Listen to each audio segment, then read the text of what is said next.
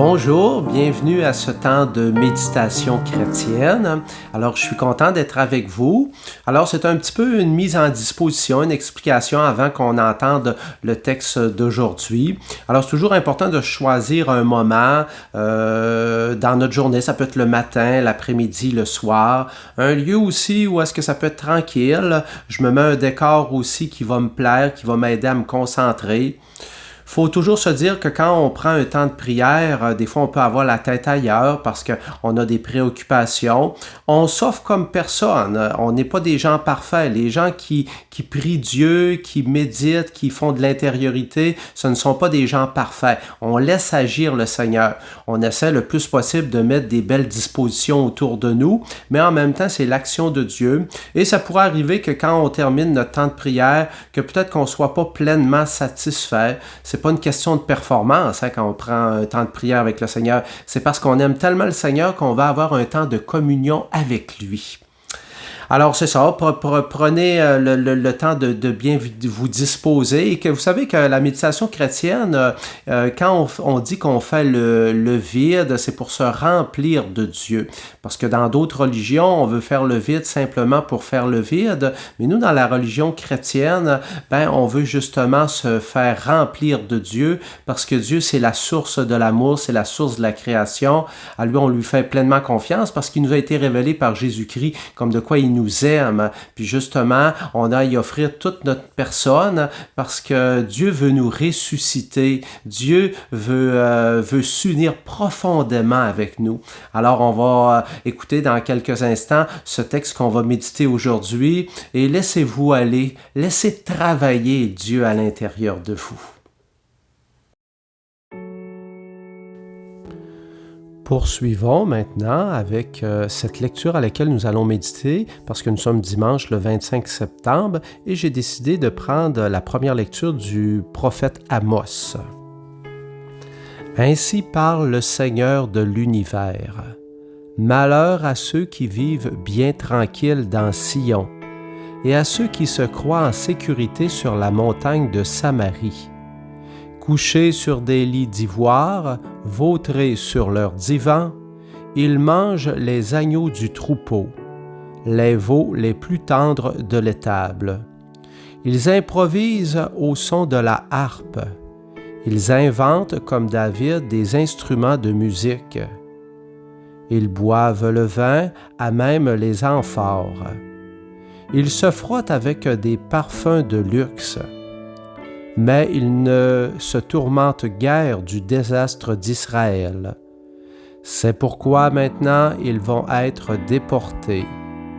Ils seront les premiers des déportés et la bande des vautrés n'existera plus. Parole du Seigneur. Alors, quand on l'écoute pour la première fois, on se rappelle, c'est de comprendre le texte. Alors peut-être, là, vous l'avez entendu, vous l'avez peut-être sous vos yeux. Si vous avez un prion en église, si vous avez des applications sur Internet, vous pouvez toujours relire. Alors, on essaie de regarder les différents mots, les situations. On peut même utiliser notre imagination aussi, se placer, parce que présentement, on parle des gens qui sont riches et qui ne se soucient pas des pauvres.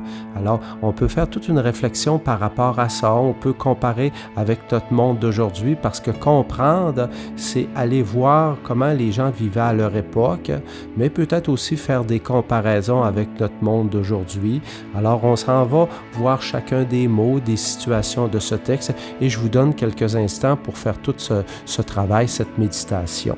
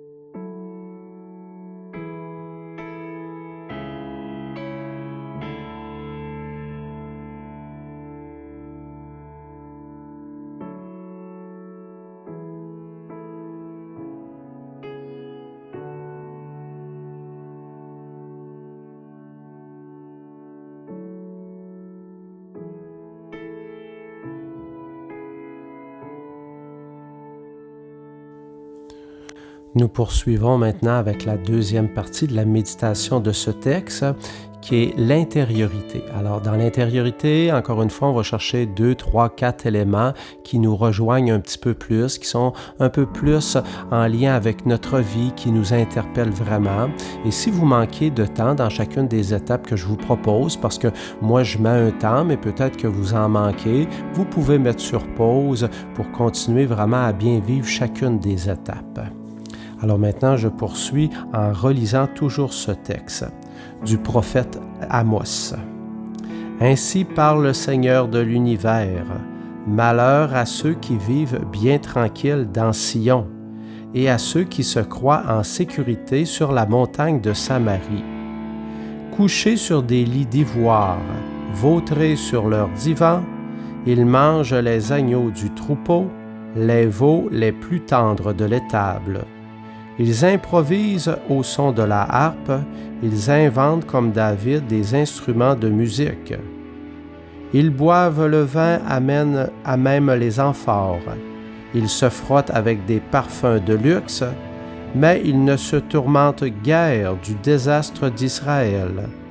C'est pourquoi maintenant ils vont être déportés, ils seront les premiers des déportés, et la bande des vautrés n'existera plus. Parole du Seigneur. Alors encore une fois, on poursuit notre temps de réflexion en allant chercher les quelques éléments qui nous rejoignent le plus et on demande justement au Seigneur, pourquoi Seigneur, ça me rejoint, et on laisse monter les émotions qu'on peut avoir à l'intérieur de nous, parce qu'il faut toujours se rappeler que c'est une réflexion intellectuelle, émotive, spirituelle, alors c'est toute notre personne qui participe à ce beau temps d'intériorité.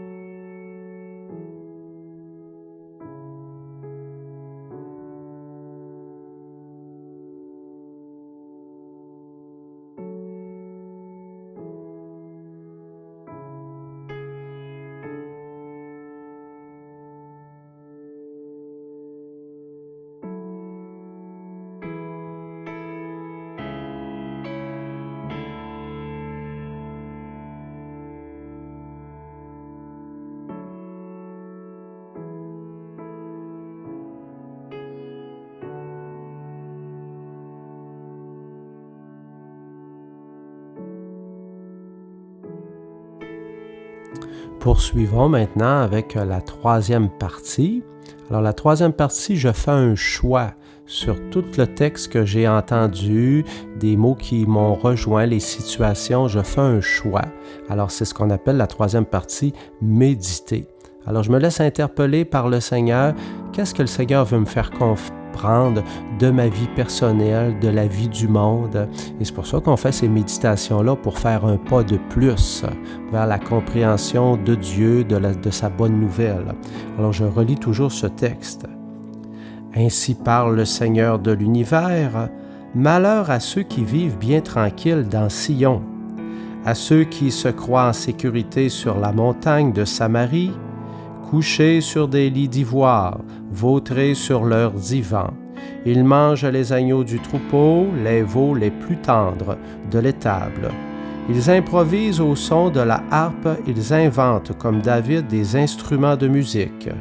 Ils boivent le vin, amènent les amphores, ils se frottent avec des parfums de luxe, mais ils ne se tourmentent guère du désastre d'Israël.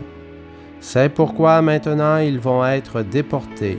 Ils seront les premiers des déportés et la bande des vautrés n'existera plus.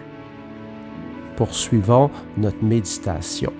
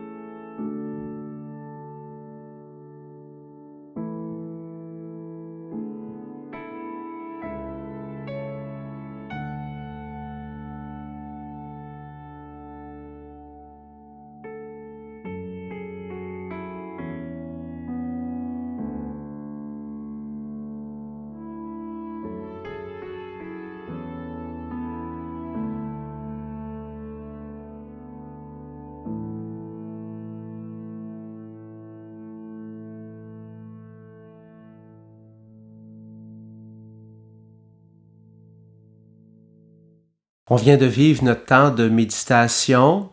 On s'est sûrement approfondi, on s'est approché davantage du Seigneur. Moi, je vais vous donner la bénédiction parce que quand on fait un temps de méditation, ça nous rapporte quelque chose à nous personnellement, mais c'est toujours dans le but d'aller vers les autres. On ne fait pas un temps de méditation juste pour se replier sur soi-même, mais c'est pour nous relancer vers les autres. Alors moi, quand je vous bénis, je vous invite à aller porter cette bonne nouvelle que vous avez approfondie, découverte dans votre vie. Alors maintenant, recevez la bénédiction de Dieu au nom du Père, du Fils et du Saint-Esprit. Amen.